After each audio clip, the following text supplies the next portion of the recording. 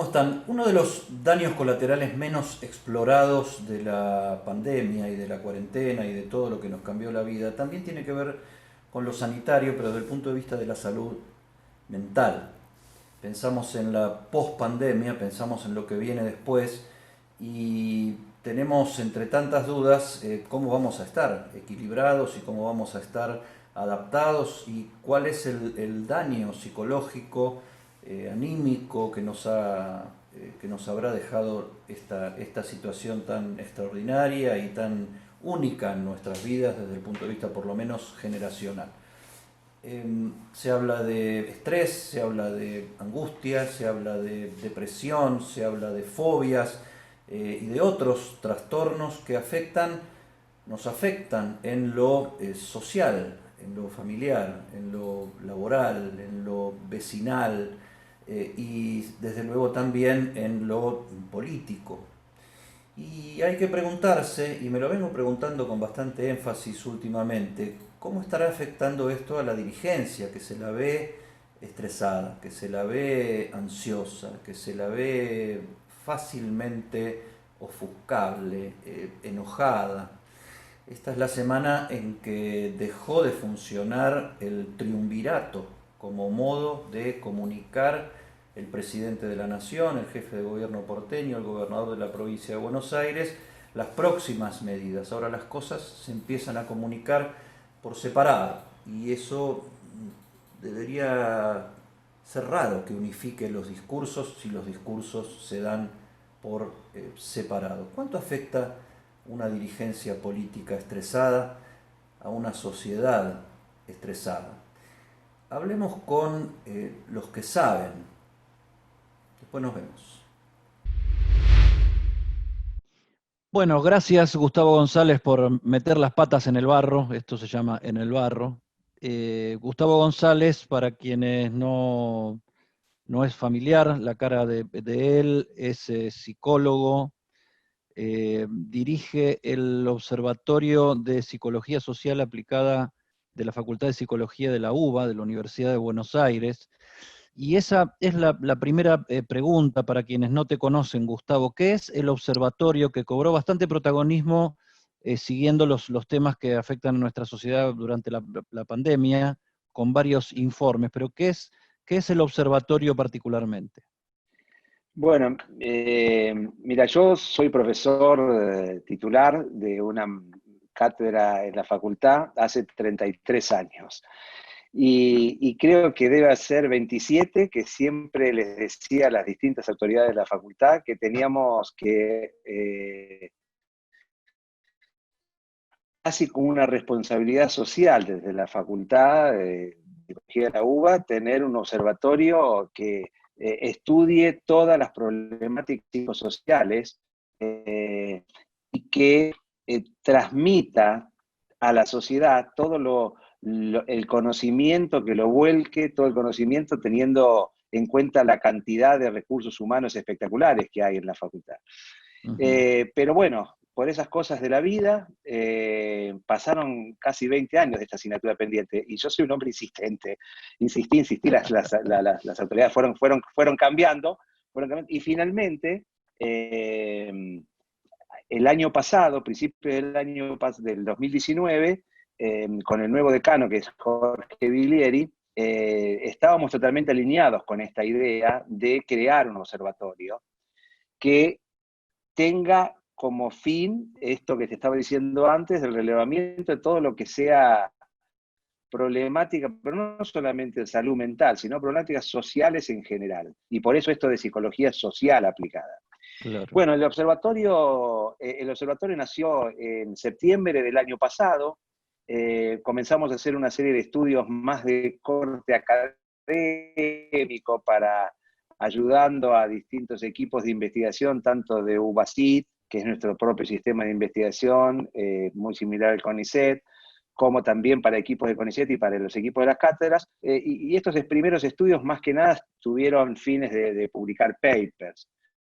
Ahora, cuando ¿Cuánta gente comenzó toda trabaja la crisis del coronavirus, sí, cuánta gente trabaja en el observatorio? Mirá, hay un grupo chico en el observatorio, el grupo central, que somos todos investigadores. Algunos son investigadores del CONICET. Yo tengo toda mi vida profesional en la investigación. No hay tanto en el equipo chico psicólogo clínico, sino son todos del paño de la investigación. Y somos Ajá. 7 personas en el ¿Todos psicólogos o porque lo que también hay hacemos es, sociólogos o hay gente de, especialista en encuestas? no, no, hay gente especialista en estadística.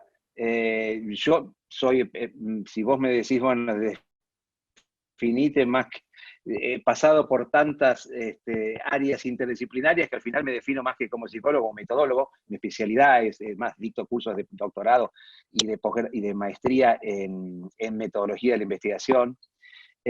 Así que el equipo más que nada es un equipo de soporte, el equipo chico es un equipo de soporte para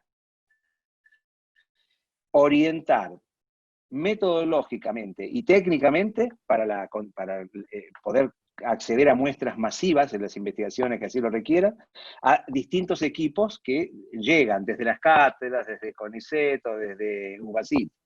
Esa es fue la idea de creación de OPSA. Y además nos vamos a meter, ya que estamos en el barro, como dijiste, obviamente que también vamos a empezar con encuestas de opinión pública, con encuestas vinculadas a psicología política.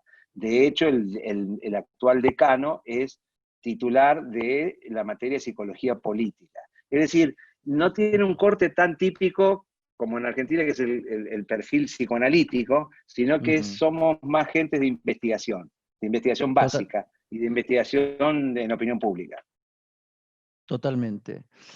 Em, ¿Cómo, cómo estamos los argentinos con 160 días cumplidos de aislamiento, pandemia, etcétera, etcétera? ¿Cómo definirías que está la sociedad? Yo la definiría que está absolutamente con un nivel de estrés y de agotamiento cognitivo y emocional que es alarmante.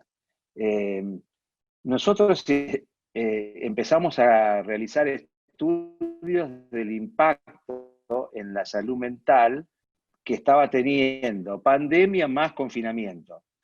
Y empezamos cuando recién comenzó la primera cuarentena y llevamos ya hecho 10 estudios consecutivos. En total tenemos como 33.000 casos. Son todas encuestas muy de alto número muestral, todas las que desarrollamos.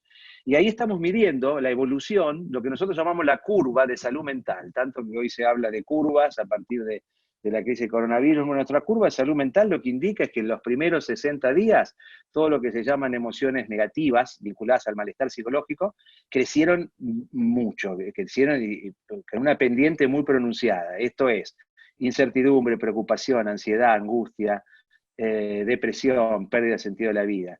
Y luego de los 60 días aproximadamente, el crecimiento empezó a ser más leve y se amesetó, pero en valores muy altos.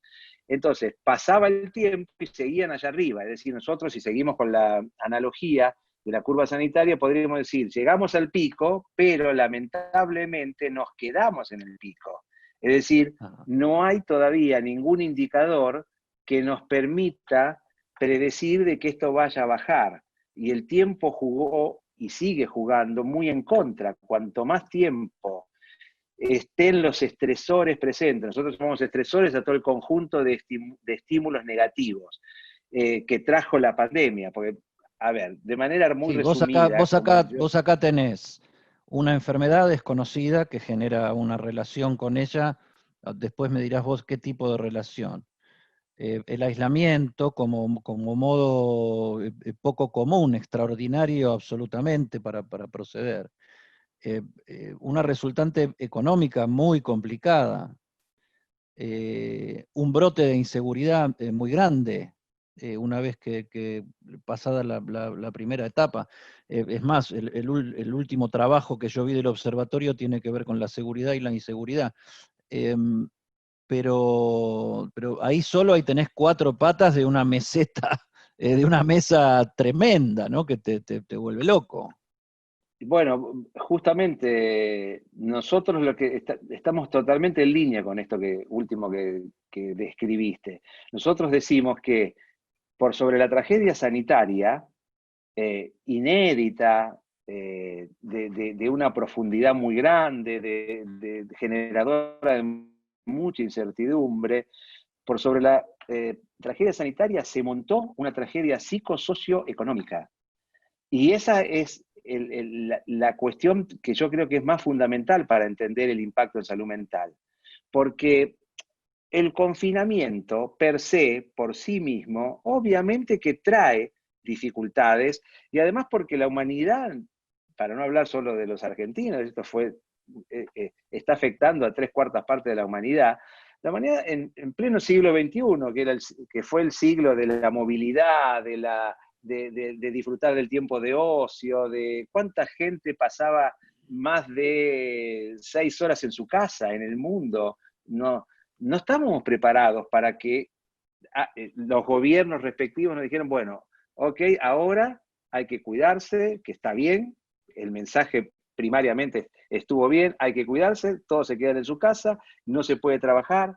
Entonces, obviamente que el confinamiento trajo consecuencias e impacto en salud mental.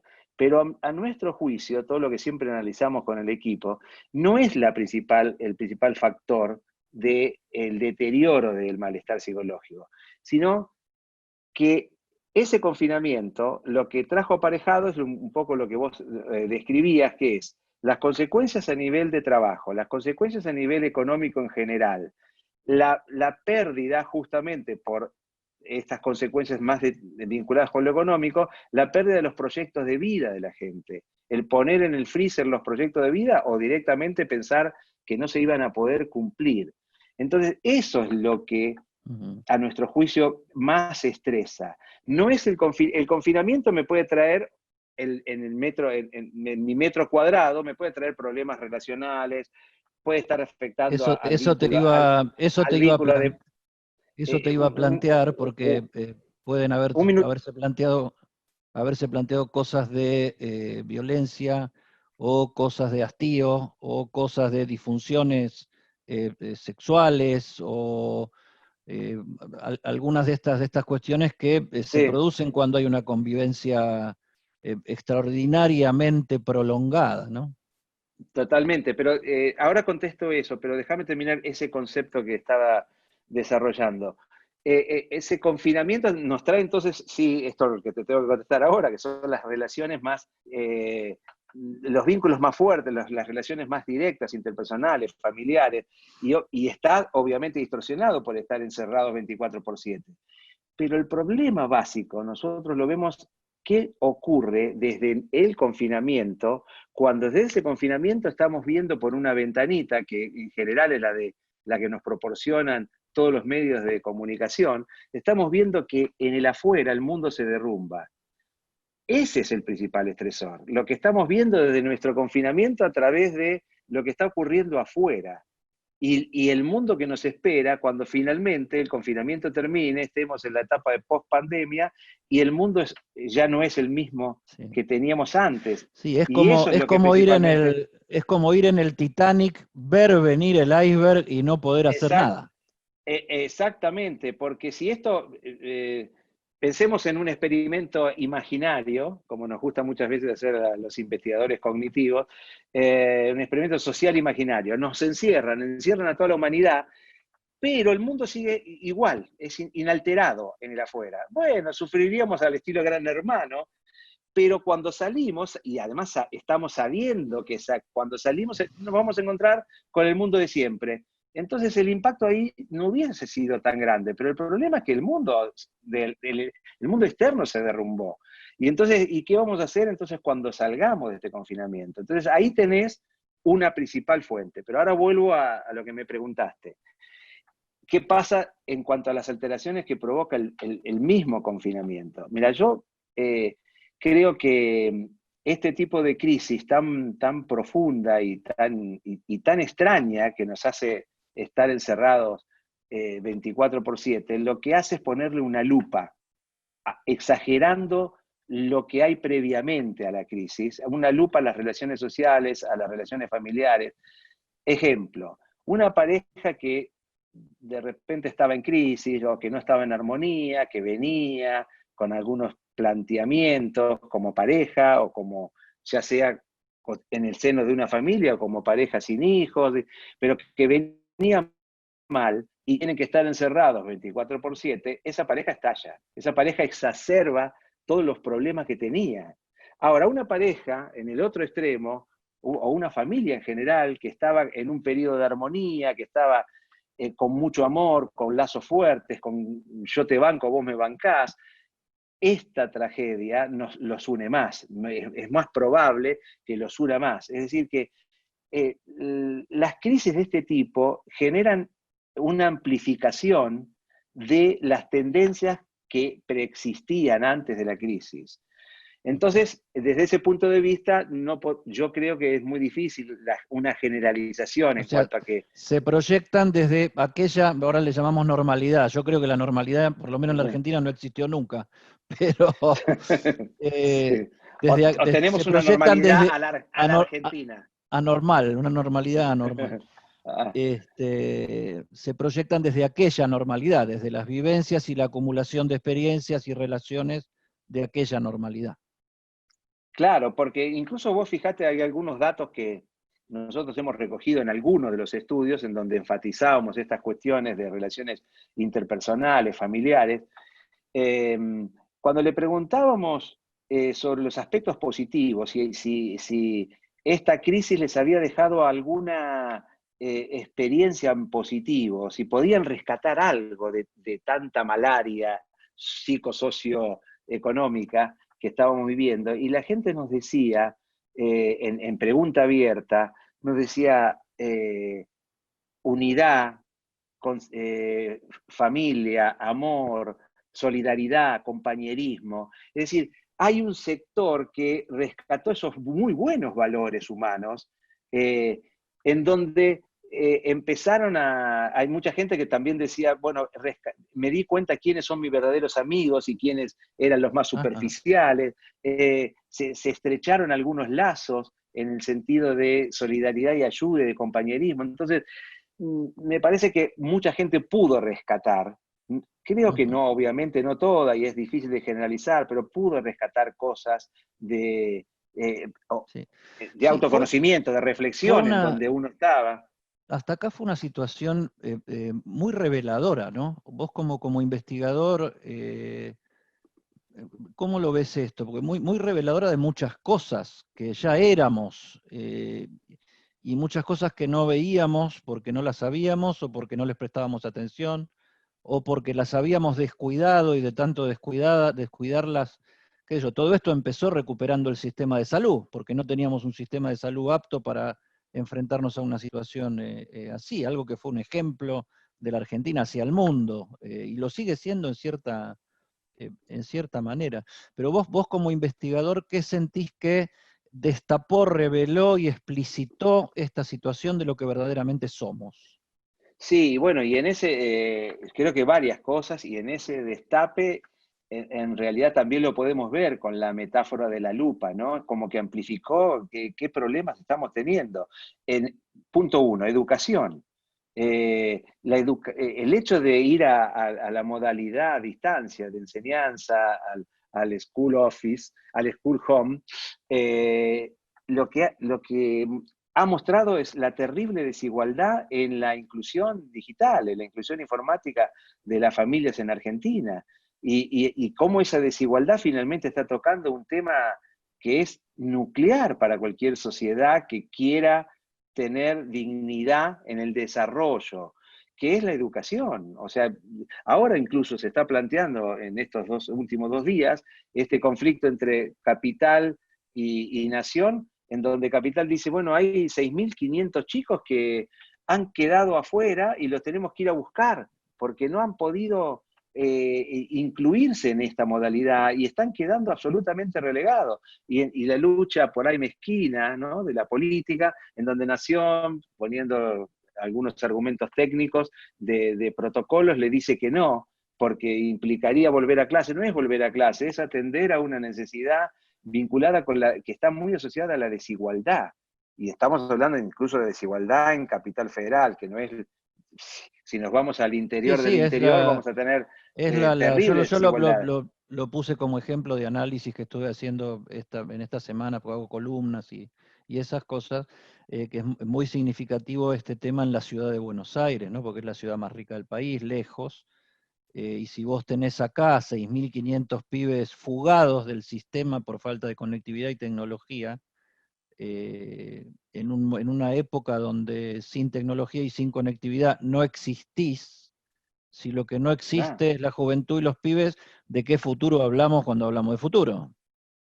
Sí, absolutamente. Y bueno, y después otra de las cosas que también surgían con total claridad en nuestros estudios, había bloques que no tenían tanto que ver con el impacto en salud mental, sino con lo que nosotros llamamos estrés económico, es decir, cuánto tiempo podía pasar cada familia en el parate del trabajo.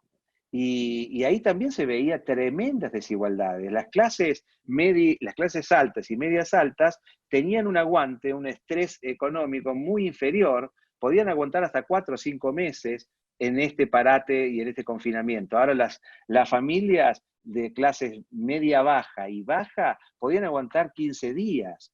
Eh, y esto también está absolutamente evidenciado en una crisis de este tipo. Entonces, ¿de qué manera tenemos políticas desde el punto de vista de desarrollo económico para, sin dejar de atender a todas las problemáticas económicas de las clases medias y de la clase alta, atender de manera justa y en la medida de lo necesario a todas las clases más vulnerables, en esta que se caen del mapa?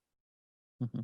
Una curiosidad, ¿ustedes hicieron algún cruce o algún ensamble entre la investigación de campo del observatorio con lo que desde el punto de vista asistencial estuvo o está pasando en los servicios de salud mental de hospital clínicas o de alguna otra institución de salud para ver cómo esas sensaciones manifestadas por la gente en los trabajos y en las investigaciones y en las encuestas se expresa después concretamente en la demanda de asistencia puntual sobre casos de estrés, ansiedad, angustia, depresión, etcétera? Sí, mira, vos diste en otro tema muy, muy caro para nosotros, para los profesionales en salud mental, que era evidente que iba a haber un impacto por todo lo que estamos hablando. No podía no haber un impacto con la profundidad de la crisis, no podía no haber un impacto en salud mental. Sin embargo,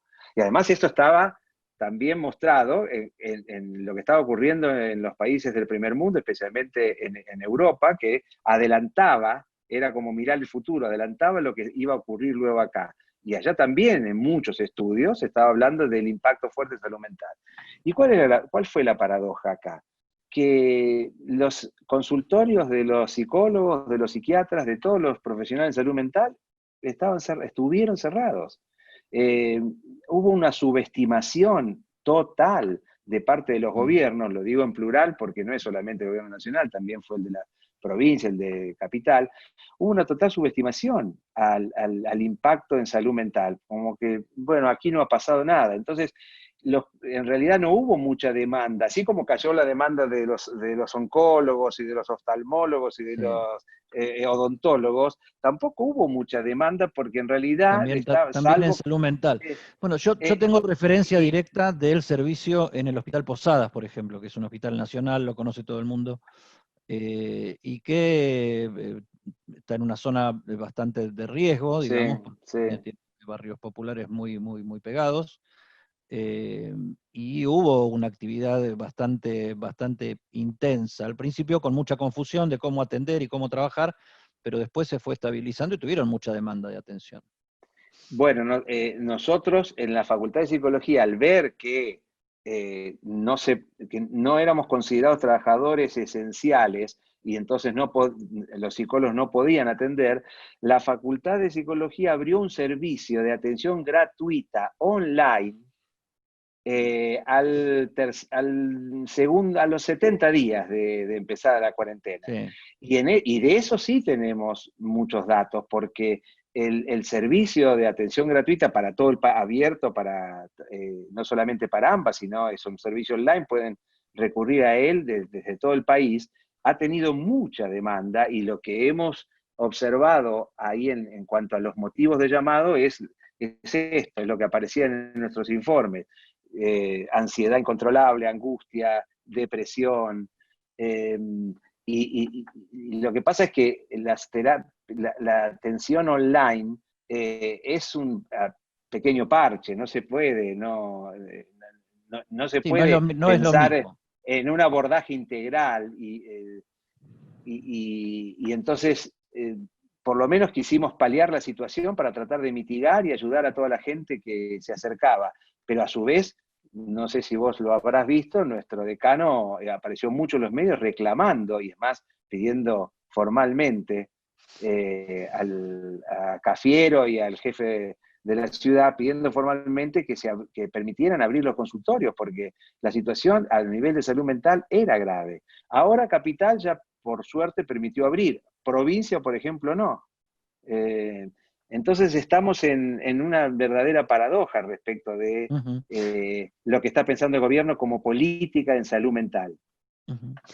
Gustavo, para ir terminando, tengo un par de inquietudes. Una de ellas es, concretamente, ¿cómo se expresa en lo social una situación de estrés, una situación de ansiedad, una situación de angustia, más allá de la respuesta que uno a uno te dan tus encuestados? Por ejemplo, digamos, que vos haces la cuenta, haces la suma y ahí es una manifestación. ¿De qué otras maneras se puede expresar? Digo, estas movilizaciones que trastocan el aislamiento preventivo, ¿son parte de ese estrés? ¿O me explico lo que digo? O sea, yo Sí, pienso, sí. pienso en la sociedad como un cuerpo, y si aparte de lo que cada una de las personas podemos decir de cómo la estamos pasando, si socialmente los síntomas se ven de alguna manera o maneras. Bueno, si me permitís, voy a tomar la metáfora de la sociedad como un cuerpo, y te diría entonces que ese cuerpo está somatizando, y está somatizando mucho. Porque a nivel social vos ves el grado de irritabilidad que tiene la gente. La gente hoy globalmente está irascible y salta por cualquier cosa, cualquier detonante. Eso, mira, hay muchísimos, esto por suerte los medios muestran mucho esto, hay muchísimos episodios, pequeñas anécdotas que muestran simplemente peleas en una cola de supermercado porque no viste que había una fila que era para mayores de 65, entonces vos te pusiste acá y atendiendo porque viste el cartel, y los demás estaban con una fila larga, pero vos estás en la fila de 65 primero, y te empiezan a atacar porque, no, que te querés hacer el piola, te querés hacer el Sí, vivo, andate temas menores que eh, pasan rápidamente a mayores. temas menores que saltan a mayores. Lo que vimos el otro día en el peaje de Dock Sud, cuando el Polo Obrero bloquea el peaje y empezaron los piedrazos los particulares en sus autos. Eh, Otro tema vinculado con lo que estuvimos estudiando en el monitor de inseguridad, que es la delincuencia. La delincuencia post cuarentena, si es que no hay cuarentena hoy, la delincuencia que está resurgiendo tiene un perfil muy distinto. Y eso tiene que ver con esto de que el cuerpo somatiza, ¿no? Este cuerpo tan dañado por la crisis somatiza. La delincuencia hoy es, pero extremadamente más agresiva y violenta de lo que veíamos en la prepandemia. Ujú. Eh, eh, los problemas de inseguridad eran Y los principales problemas el año es como pasado. que hay como un odio, ¿no? Hay odio, hay resentimiento, lo que estamos viendo, por ejemplo, en la mayoría de los robos, es una violencia inusitada, incluso con personas demasiado indefensas, mujeres de 80 años que van con su bolsito y le pegan una piña, a otro le pegan un tiro por pegarle. Mirá, nosotros estamos observando un fenómeno muy, muy puntual, ya de sintonía fina. Lo que veíamos el año pasado en términos de delincuencia eran motochorros, iban de a dos, o un ladrón que entraba en una casa, pero por ahí solo. Ahora estamos viendo pequeñas pandillas. Y esas pandillas generan el efecto, además de pandillas, que se ponen muy violentos, porque se van retroalimentando en la agresión entre sí, se van dando máquina entre sí. Entonces, yo creo que hay muchos indicadores de que el cuerpo de la sociedad está mal, y también tenemos que pensar que si los estresores continúan o se agravan, esto es, la crisis económica, la crisis social se agrava, las somatizaciones van a ser mucho peores. Yo tengo una mirada tal vez demasiado escéptica o pesimista, dirían algunos, que creo que tenemos por lo menos un año de mucha convulsión a nivel social, por todo esto que estamos hablando. Gustavo, una particularidad de este momento es que el mayor estrés lo sufren tal vez los esenciales, ¿no? O sea, el médico en primera fila, exponiéndose a la enfermedad o incluso hasta la muerte, porque hay una estadística que así lo dice. El policía, el docente que tuvo que cambiar toda su modalidad y seguir manteniendo, el que pudo hacerlo a distancia, incluso sometiéndose a un ejercicio al que no estaba acostumbrado y en muchísimos casos ni siquiera adiestrado para hacerlo. Entonces, es como que hay un estrés dirigencial también, ¿no? Hay como un estrés en la estatal, un estrés esencial en los que están en la primera fila, y eso tiene una relación directa con los demás. Sí, especialmente todos los que están, como vos dijiste, en la primera fila de la atención,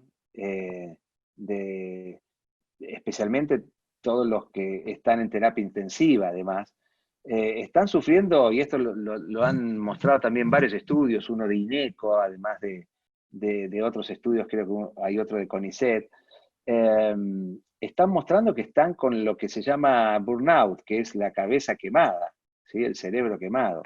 Eso ya es un grado de una situación casi de estrés postraumático, pero que en este caso sería pretraumático y postraumático a la vez, porque es un extremo de falta de regulación de las emociones y de la situación. Ya genera impotencia, genera un desajuste mayúsculo en el sistema de personalidad, porque ellos están viviendo, los que están ahí en la trinchera, están viviendo todo lo que estamos comentando, que en general vivimos todos, más el hecho de estar en primera fila de la atención sanitaria y con el miedo, que seguramente no los abandona, con el miedo de contagiarse, porque ¿cuántos han fallecido? Y además con una enfermedad realmente que parece traída por Lucifer, porque el grado de incertidumbre que Bueno, tiene esa enfermedad, a excepción del sur de San Luis, ¿viste la despedida de soltero esa que estaban pasando en la televisión, que era un fiestón infernal? Gustavo, bueno, sí. Sí. No, dale. No, que por ahí el caso, el segmento contrario a estos que están en la trinchera y que están con burnout, el segmento contrario es el de los jóvenes. Vos fijate que los jóvenes parece ser que no, y en el mundo, no solamente el joven argentino, le cuesta ecuacionar riesgo y beneficio de esta crisis. ¿De qué manera están ecuacionando? Y el riesgo de que me contagie es mínimo, porque soy joven, porque tengo 18 o 20 años, y el beneficio que tengo al romper la cuarentena y volver a juntarme con mis amigos, y es como que el amor es más fuerte, entonces volver a juntarme con mis amigos, divertirme, de sacarme el estrés que tengo encima, y hacen que finalmente tienen este comportamiento de tanta imprudencia. Pero es casi el caso contrario de el que está en la primera fila, porque con la falta de tomar conciencia de la gravedad de la situación en general de contagio, no solamente se perjudican ellos individualmente, sino que están perjudicando al resto. Y eso, fíjate que le cuesta mucho a cualquier país, le está costando mucho controlar. Lo estamos viendo en Estados Unidos, Sí, lo estamos sí. viendo en Alemania, en España, en Italia. Los jóvenes están otra vez con encuentros masivos, Sí, sin distanciamiento social y sin barbijo. en esta postmodernidad, la libertad tiene un sentido muy distinto a la libertad del 68 del siglo pasado, ¿no? Absolutamente. Es una Sí, libertad mucho más individualista, si se quiere. sí. La psicología social y la psicología política, ¿cómo ves Sí. a la dirigencia política estresada? Pues yo me planteaba el otro día, ¿cuánto te estresa el líder estresado, ¿no? Ya que nos faltan motivos para estar estresado. O sea, si el líder de la manada está estresado, ¿eso estresa? Eso, sí, yo no sé si lo llamaría estrés lo que produce. Lo que sí claramente produce es una falta de confianza en lo que hacia donde el líder te quiere llevar. En realidad, lo que genera es una falta propia de liderazgo de ese líder, al cual uno ve estresado o confundido. Yo a la dirigencia política de Argentina, pero por ahí ya está en el ADN de esa dirigencia, ¿no? Y otra vez, la lupa, ¿sí?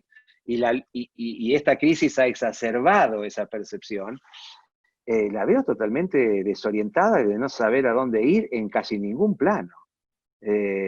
Y además, lo que creo, no sé si esto llega a todos los sectores, esto no lo tenemos estudiado, eh, pero grandes sectores de clase media que consumen más información, que son más lectores de diarios digitales, que ven más noticieros, en ese sector yo sospecho que hay una fuerte caída en la credibilidad de los políticos, porque lo que están observando es que nos mienten. Entonces, el hecho de percibir la mentira es absolutamente devastador para la imagen que podamos tener, y entonces la confianza que le vamos a atribuir en las decisiones que tomen, lo vamos a seguir. Un ejemplo chiquito.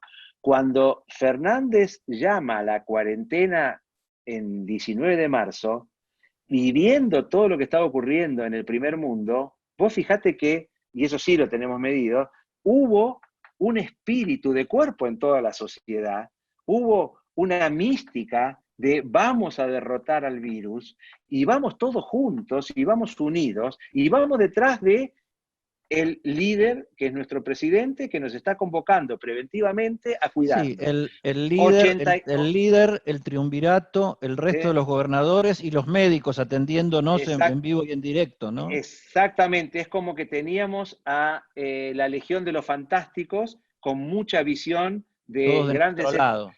todo de nuestro lado. Y entonces esto sí lo tenemos medido, 89% de aprobación. En ese momento era el 89% de aprobación. Después de 5 meses es 50% de aprobación. ¿Sí? Y crece la desaprobación. Y por supuesto, sí, es la otra cara, sí. Uh-huh, uh-huh. Y muy rápido, ¿no? Porque también esta situación nos tuvo muy pendientes de lo que pasa, ¿no? Esto se vio en el rating de los medios de comunicación, o sea, subió el tráfico en Internet, subió el rating en los programas periodísticos, o sea, hasta determinado Sí, momento hubo mucha voracidad de estar viendo todo el tiempo, ¿no? exactamente. Cosa que seguramente también es un factor de estrés, porque estás hablando todo el tiempo de una enfermedad, ¿no? que no conoces y que no sabes si te llega, cuándo te llega, cómo te llega, por dónde. Sí, en todo este periodo estuvimos y estamos absolutamente sobreinformados. Y porque estamos mucho tiempo dentro, estamos mucho tiempo en casa y la pantalla al mundo, la ventana al mundo son las pantallas, las distintas pantallas de los distintos dispositivos, pero especialmente la tele. Bueno, vos sabrás mejor que yo que el nivel de encendido fue récord en todo este periodo. Y el consumo especialmente de las señales noticiosas, también tuvo ratings que son inéditos. Entonces la gente ha consumido mucha información, por suerte, porque todos hemos aprendido de Sí, infectología, hemos totalmente. aprendido de medicina en general, hemos aprendido de educación, Ya no pero somos la sobreinformación, ya no somos solo técnicos de fútbol y economistas, sí, también somos infectólogos ahora. con todas las incertidumbres del infectólogo, ¿no? Totalmente. Bueno, es que también hay que estar frente a una situación, porque nosotros estamos muy acostumbrados al gurú, al que adivina el futuro, y nos encontramos con gente que dice muchas veces no sé, Sí, sí, no y eso es sabemos. bienvenido. Eso es bienvenido. Que digan no sé y que elaboren algunas hipótesis a partir de su no saber es bienvenido.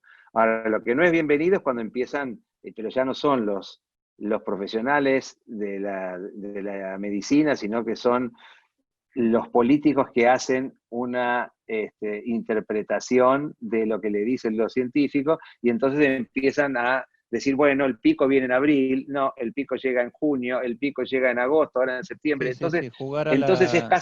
es casi como el cuento del lobo.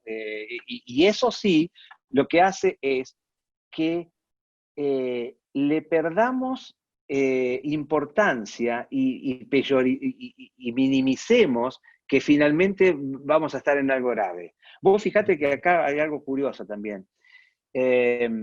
En este momento que estamos pasando desde el punto de vista sanitario, el peor momento, cuando le preguntás a la gente en nuestro último informe cuáles son las preocupaciones cuáles son los primeros problemas que tiene el país y luego también sus preocupaciones personales, la crisis sanitaria aparece en noveno lugar, porque porque lo Sí, primero sí. es la inseguridad, son preocupaciones de tipo sociales, inseguridad, de tipo política, sobre todo para el segmento opositor, que está muy preocupado por cuestiones de corrupción y de la gobernabilidad y de los dirigentes políticos que hoy son oficialismo, y preocupaciones económicas. Es decir, hay un trípode ahí de preocupación social, política y económica. Y el coronavirus se figura en noveno lugar, a pesar En el de que momento de estamos mayor contagio y mayor... pero eso ¿por qué? Porque hemos aprendido mal que finalmente no parece como que no pasara a mayores porque somos 45 millones de habitantes y estamos contagiados, se han muerto 6.000. Entonces parece que de tanto anunciar la tragedia y que la tragedia no llegue en la medida en que lo vimos en los países del primer mundo, esto generó un efecto no deseable a nivel cognitivo, que es que empezó a no ser importante. Se minimizó el problema y se Se minimizó minimizó el problema. el valor de lo que se había hecho en todo el arranque, ¿no? No se Exactamente. terminó de entender el sentido de esa patriada, digamos. Exactamente. Gustavo, te agradezco muchísimo el contacto, la vamos a seguir en algún momento. Estoy siempre esperando bastante pendiente los trabajos del observatorio porque son muy ilustrativos, tienen mucho campo, mucha gente, mucho encuestado y son muy minuciosos y muy didácticos también en la presentación de los trabajos, y para nosotros los periodistas eso es esencial porque necesitas menos tiempo para entender de qué me estás hablando. O sea, no están por las nubes, sino que están muy palo y palo, muy concreto, traduciendo lo que han logrado reunir de información de la población. Bueno, yo te agradezco a vos y te comento que hace unos días escuché una nota que hiciste sobre el informe enfocando el tema de la preocupación sobre la grieta y me Sí, pareció muy solo, interesante. solo el Me 1% parece, le parece un eh, problema a resolver. Me pareció muy interesante tu análisis. Sí. Y yo me Así planteo qué bueno, lástima, ¿no? Porque tal vez resolviendo eso sea la manera de resolver un montón de problemas más. totalmente. Bueno, gracias, Eddie. No, gracias a vos. Un abrazo. Buenas tardes, hasta luego.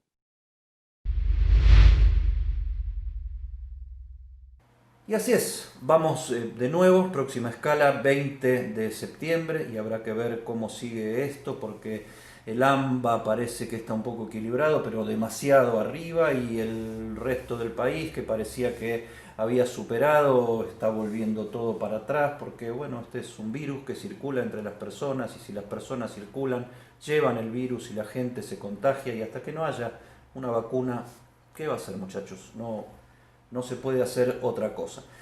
Ansiosos, por ratos deprimidos, por ratos dementes y al borde del ataque de furia. Antes nos cuestionábamos el encierro, ahora empezamos a cuestionarnos el no encierro, porque la enfermedad sube, ya estamos pasando los 11.000, casi 12.000 contagiados diarios, contamos los muertos de a centenas. Pero bueno, quejarse es tan argentino que es así. Pero bueno, decíamos en otros tiempos que Dios es argentino y estamos tan devaluados que yo creo que reemplazamos a Dios por la gata Flora. Nos vemos la próxima.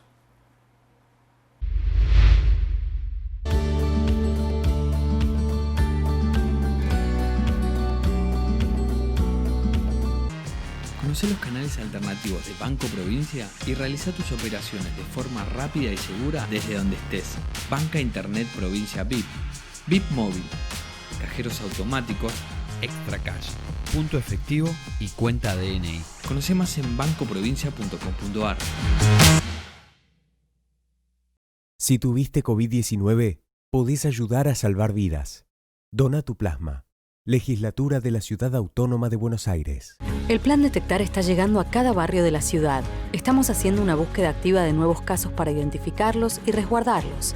Así, estamos anticipándonos y cortando la cadena de contagio. Cuidarte es cuidarnos. Buenos Aires Ciudad.